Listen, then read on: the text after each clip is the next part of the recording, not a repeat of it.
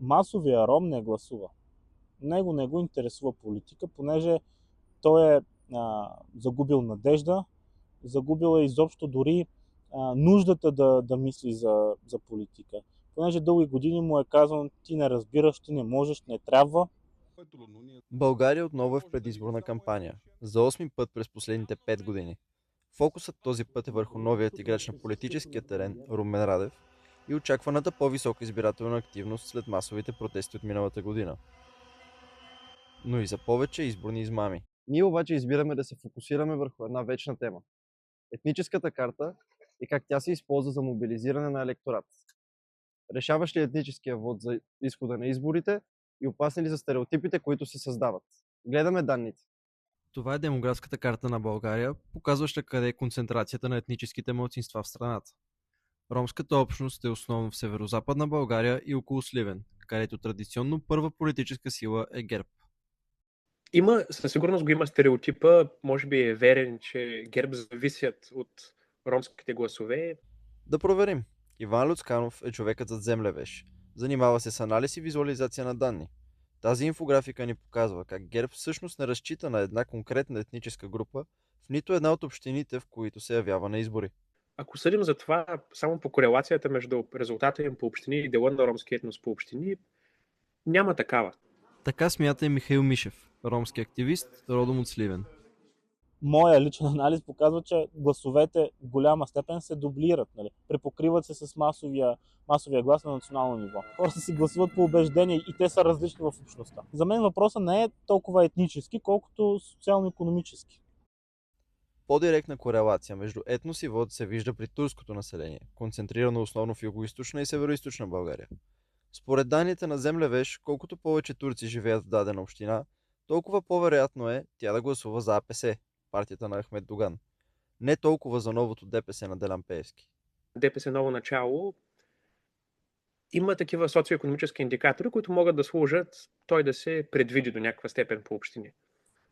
Но не може да се предвиди перфектно или въобще близо до перфектно. Джан Хюсеин е от Асеновград. Не се възприема някакво голямо разделение. Самия град е горе-долу 50 на 50 като население от мюсюлмани и християни. Джан не крие, че на всички избори и при него идват хора, които му предлагат стимули да гласува. Седмица преди гласуванията обикновено да се опитват да ми повлият вота, дали ще бъде с пари, дали ще бъде с храна, дали ще бъде с някоя друга нападка. Но аз не мога да им позволя да ми повлият. И Джан, и Мишо са категорични. Истинският проблем на етническите малцинства в България идва след изборите, когато независимо от стимулите или обещанията, никой не представлява интересите на тези общности в парламента. Със сигурност има обещания, които не са изпълнени. Не може да очакваме всеки политик да изпълни всичко, което е обещал, но същевременно оплакванията са, че дори едно от обещанията не е спазено. То няма други обещания, освен парите.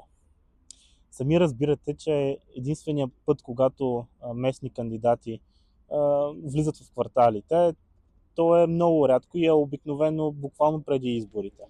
Единствените обещания са парите, които в крайна сметка се превърнаха в някаква рутина покрай изборите, защото хората осъзнават, че тези пари не са нечи, освен техни, нали? Не са чужди, те са техни пари.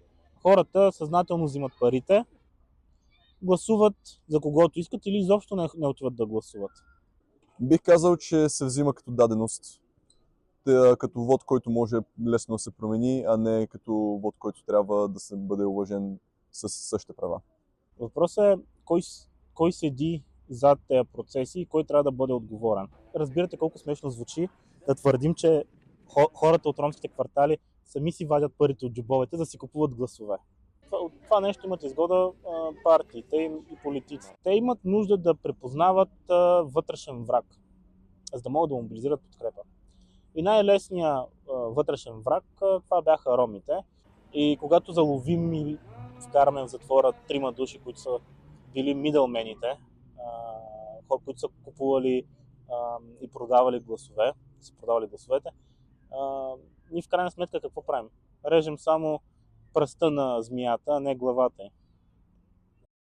За The Wired, Георги Стоянов и Невин Бушнакова.